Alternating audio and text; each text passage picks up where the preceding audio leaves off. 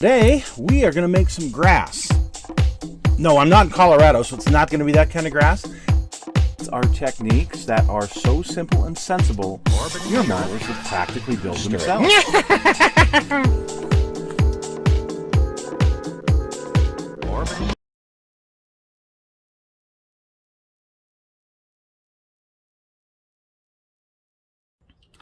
Hello folks, it's Mad Dog Merv. Welcome to today's show. I'm out in front of the doghouse because I'm enjoying a beautiful morning and a cup of coffee before I get going on today's adventures.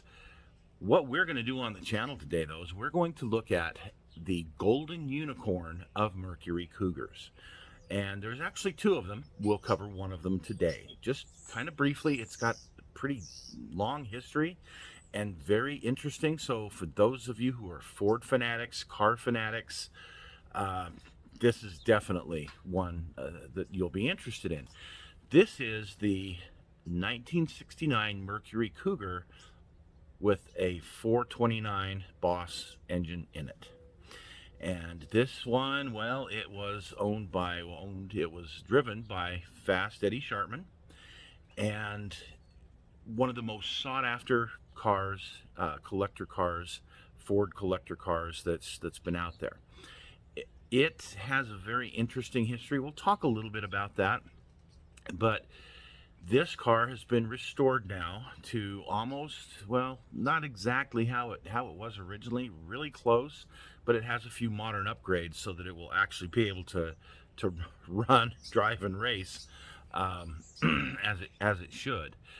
But without further ado, we're going to go take a look at the 1969 Cougar model that I built. Actually, I built two of them.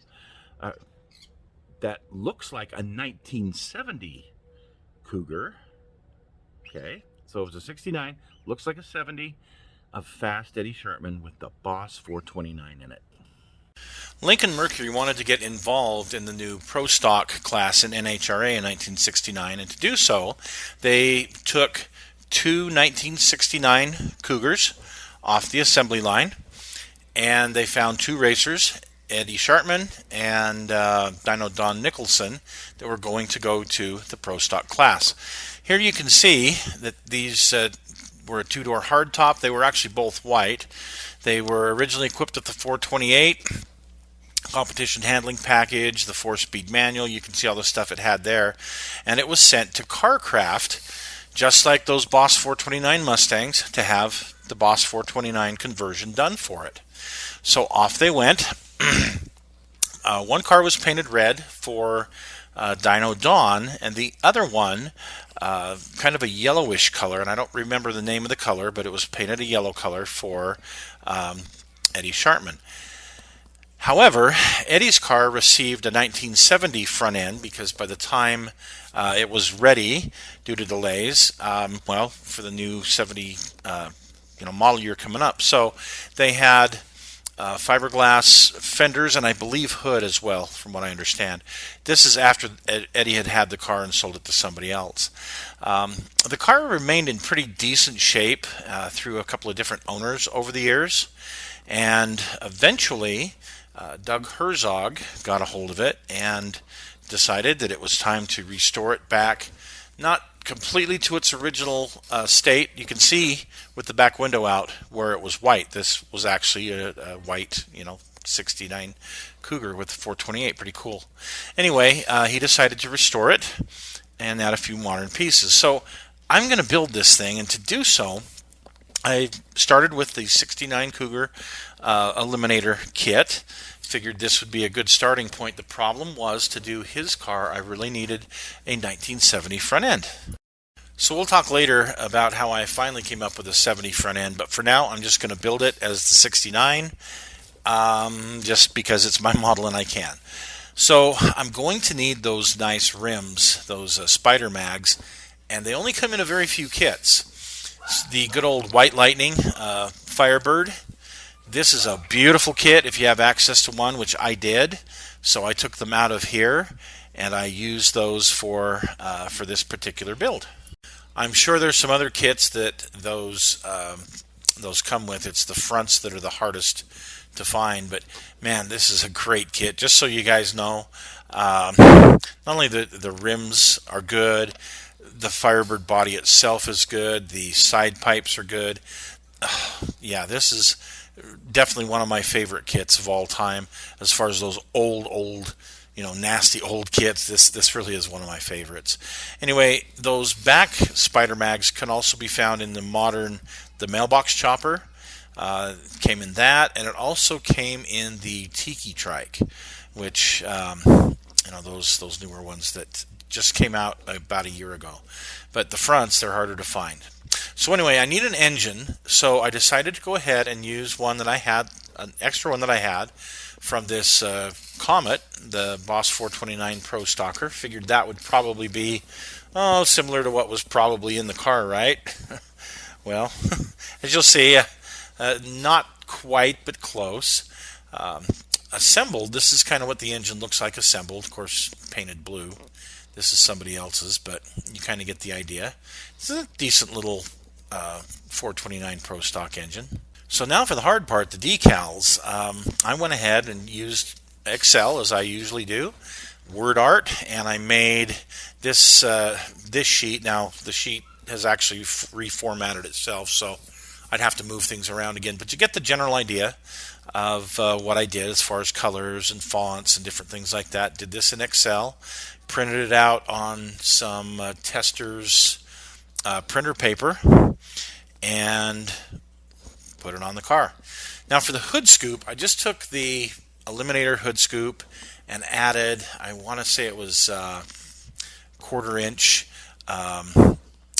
some sheet styrene, stock sheet styrene. Can't even remember what the heck to call it, but anyway, I just added some of that around the bottom to raise it up high enough that the engine would clear through the hole in the hood. And you can see here's how my first attempt turned out. Not too bad. I can't remember what yellow I sprayed. It was probably a Testors yellow. And it was okay. And what's funny is it turns out that this is probably closer to the correct yellow than what I wound up with later on. But you can see the engine sticking out there.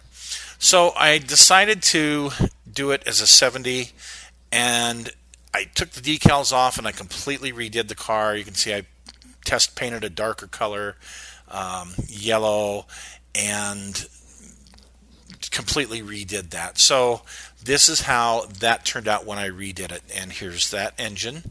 Now the engine compartment in the 69 kit, it's okay, but it's just okay. It's really not that good. I wanted to do something better.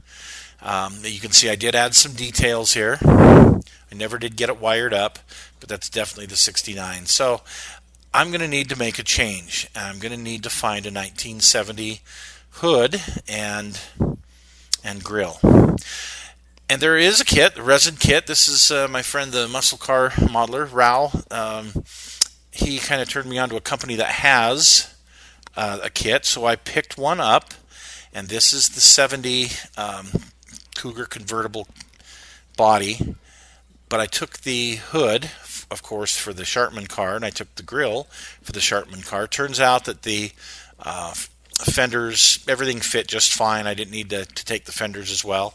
And I had this leftover, I had this nice leftover convertible, so I went ahead and put a 69 hood on it that didn't quite fit perfect, but anyway, was able to use that body on another project. And for the engine compartment, I picked up one of these, 71, 72, 73, something like that, Cougar kits by MPC. Now this has a whole different suspension, has a nice 9-inch rear end. It has the whole chassis is different, but the engine compartment is good on this one. So that's what I wanted it for, was that chassis and that engine compartment.